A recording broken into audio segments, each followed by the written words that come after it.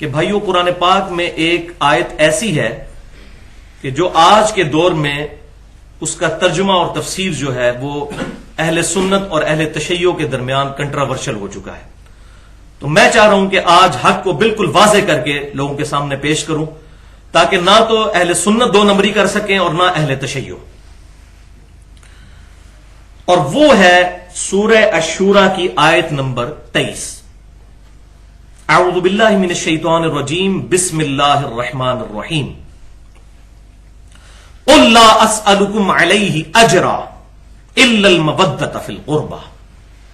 اے محبوب صلی اللہ علیہ وسلم آپ فرما دیجئے کہ میں جو کتاب و سنت کی دعوت تمہیں پیش کر رہا ہوں اس کے عوض تم سے کوئی اجر نہیں مانگتا سوائے اس کے کہ تم میری قریبی رشتہ داری کا خیال رکھو. یہ ہو گیا اس کا ترجمہ. اس آیت کے کانٹیکسٹ میں امیر المؤمنین فی الحدیث سیدنا امام بخاری رحمۃ اللہ علیہ المتوفى 256 ہجری اپنی شورى آفاق تالیف صحیح بخاری میں انٹرنیشنل نمبرنگ کے مطابق 4818 نمبر حدیث اسی آیت کے کانٹیکسٹ میں لے کر آئے اور اس آیت کو انہوں نے اپنے باب کا عنوان بھی بنایا. قل لا اسألكم علیہ اجرا الا المودۃ فی القربى.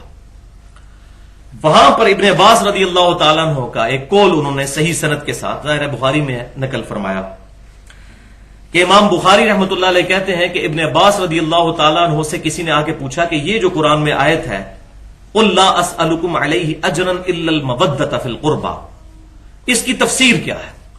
تو وہیں پر سیدنا ابن عباس کے شاگرد بیٹھے ہوئے تھے سیدنا سعید بن جبیر تابعی رحمۃ اللہ علیہ. انہوں نے کہا کہ یہ الا المودۃ فی القربى سے مراد آل محمد ہے صلی اللہ علیہ وسلم اہل بیت ہے. تو سیدنا ابن عباس رضی اللہ تعالیٰ عنہ نے ان کو ٹوکتے ہوئے فرمایا کہ تم نے اس کی تفسیر کرنے میں جلدی کی ہے. قریش میں کوئی ایسا خاندان نہیں ہے جس کے ساتھ نبی صلی اللہ علیہ وسلم کی رشتہ داری نہ ہو. دراصل اس آیت کی تفسیر یہ ہے کہ نبی صلی اللہ علیہ وسلم کو یہ حکم دیا گیا کہ آپ صلی اللہ علیہ وسلم قریش سے یہ کہیں کہ چونکہ میں بنو ہاشم سے ہوں اور پیچھے بھی جا کر چین جو ہے وہ ملتی ہے قریش سے ہوں تو یہ جو دعوت و تبلیغ کا میں کام کر رہا ہوں اس پر تم مجھ پر مظالم ڈھا رہے ہو. میں کوئی اس کے عوض تم سے کوئی معاوضہ تو طلب نہیں کرتا لیکن کم از کم جو تمہاری اور میری رشتہ داری ہے اس رشتہ داری کا ہی خیال کرتے ہوئے میرے ساتھ حسن سلوک کرو. یہ ابن عباس نے تفسیر اس کی ارشاد فرمائی. یہ تھی اس آیت کی تفسیر تعویل خاص کے اعتبار سے. لیکن یاد رکھیے قرآن پاک کی آیات جو ہیں یہ یونیورسل ہیں. یہ خاص موقع پر ضرور نازل ہوئی ہوتی ہیں لیکن ان کا حکم جو ہے وہ قیامت تک کے لیے ہوتا ہے. تعویل عام کے اعتبار سے واقعی اس آیت کی ایک تفسیر یہ بھی بنتی ہے جس پر اہل سنت اور اہل تشیع کے تمام بڑے علماء کا اتفاق ہے اور اپنی کتابوں میں فضائل اہل بیت والے کانٹیکسٹ میں یہ آیت کوٹ کرتے آئے ہیں کہ اس آیت سے اجتہاداً تعویل عام کے اعتبار سے اہل بیت کے فضائل بھی ثابت ہوتے ہیں. اور بات بھی لاجیکل ہے.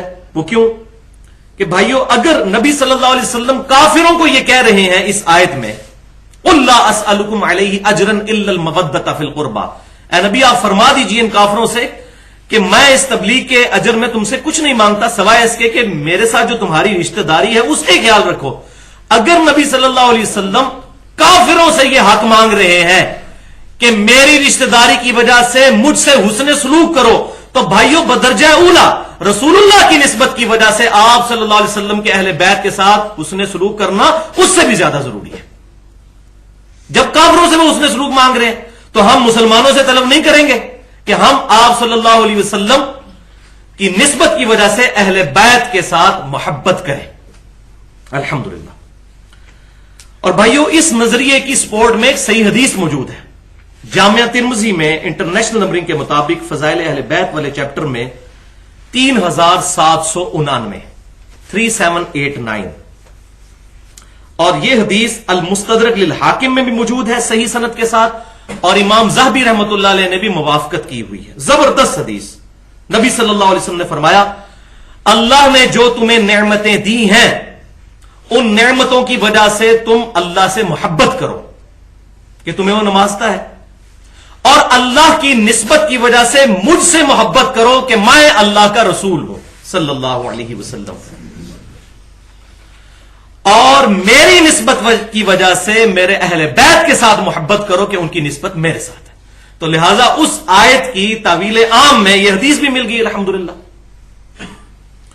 اور اس حدیث کو مزید تقویت ملتی ہے صحیح بخاری میں سیدنا امیر المؤمنین ابو بکر صدیق رضی اللہ تعالیٰ عنہ کا مبارک قول، صحیح بخاری میں انٹرنیشنل نمبرنگ کے مطابق 3751، اور امام بخاری کا ویژن دیکھیں کہ اس حدیث کو سیدنا حسن اور حسین کے چیپٹر میں لے کے آئے، ان کے فضائل والے سیدنا ابو بکر صدیق کے قول کو، حدیث موقوف ظاہر صحابی کا قول۔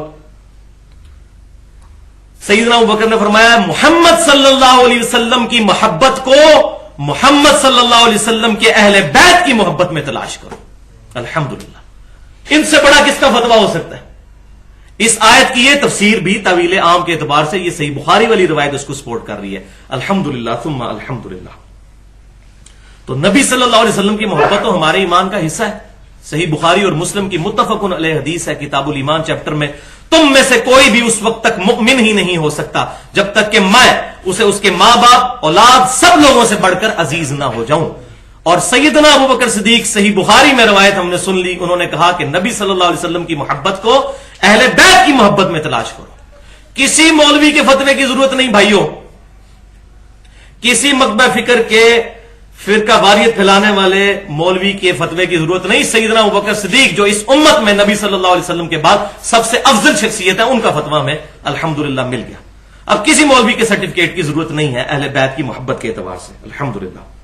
لیکن مسئلہ یہ ہے بھائیوں کہ ہمارے انڈیا پاکستان کا کلچر اتنا برا ہے کہ یہاں کوئی شخص اگر کوئی اہل بیت کی بات کرنا شروع کر دے اس کو کہتے ہیں یہ تو شیعہ ہو گیا، اگر کوئی توحید کی بات کرنا شروع کر دے اس کو کہتے ہیں یہ وہابی ہو گیا، اگر کوئی صحابہ کی بات کرنی شروع کر دے اس کو کہتے ہیں یہ تو دیوبندی ہو گیا، اور اگر کوئی نبی صلی اللہ علیہ وسلم کی محبت کی بات کرے تو کہتے ہیں یہ بریلوی ہو گیا۔ یہ ایسے ٹوٹکے مولویوں نے اپنی روٹی چلانے کے لیے بنائے ہوئے ہیں کہ لوگوں کو اس طریقے سے حق بات سے دور کرتے ہیں۔ کوئی قرآن سے آیت پڑھ رہا ہے ایاک نعبد و ایاک نستعین تو اس کو کہتے ہیں تو وہابیوں والی باتیں کر رہا ہے۔ اب یہ قرآن وہابیوں نے لکھا ہوا ہے، یہ قرآن و سنت کی بات ہو رہی ہے۔ اسی طریقے سے اگر میں بخاری مسلم سے فضائل اہل بیت پر اور بنو امیہ کی جو ظالم حکومت ہے اس کے اوپر بات کرتا ہوں تو پہلے بخاری مسلم کا رد کریں، میں اپنی طرف سے یہ باتیں کر رہا ہوں، معاذ اللہ استغفر اللہ۔ تو اس ایشو کو کل کرنے کے لیے اس امت میں اہل سنت کے بہت بڑے امام امام محمد بن ادریس شافعی رحمت اللہ علیہ المتوفى 204 ہجری، جو امام اہل سنت امام احمد بن حنبل المتوفى 241 ہجری ان کے بھی استاد ہیں، ان کے عربی کے شعر اس سارے ایشو کو کل کر دیتے ہیں، جو صحیح سند کے ساتھ تمام اسماء و رجال کی کتابوں میں موجود ہے۔ بلکہ امام ابن تیمیہ رحمت اللہ علیہ المتوفى 728 ہجری ان کے شاگرد خاص حافظ ذہبی رحمت اللہ علیہ المتوفى 748 ہجری، انہوں نے اپنی تاریخ الاسلام میں ان اشعار کو نقل کیا ہے۔ ان اشعار کا ترجمہ کچھ یوں ہے، عربی کے اشعار، کہ اگر اہل بیت کی محبت کا نام رافضی ہونا ہے تو دنیا میرے رافضی ہونے پر گواہ ہو جائے۔ امام شافعی کہتے ہیں میں رافضی ہوں۔ اس کو پھر میں نے ایڈ کیا ہے کہ امام شافعی اگر آج زندہ ہوتے تو میں ان کو کہتا کہ شیخ صاحب اس میں یہ بھی میری طرف سے جملے ایڈ کر لیں کہ اگر نبی صلی اللہ علیہ وسلم کی محبت کا نام بریلوی ہونا ہے تو میں بریلوی ہوں، اگر صحابہ کرام علیہم رضوان کی عقیدت کا نام دیوبندی ہونا ہے تو میں دیوبندی ہوں، اور اگر کتاب و سنت کے منہج کو سلف صالحین کے فہم کے مطابق سمجھنا اور اس میں پھر کسی کی پرواہ نہ کرنا، اللہ اور اس کے رسول کو فائنل اتھارٹی ماننے کا نام سلفیت یا اہل حدیث ہونا ہے تو میں اہل حدیث ہوں، الحمدللہ۔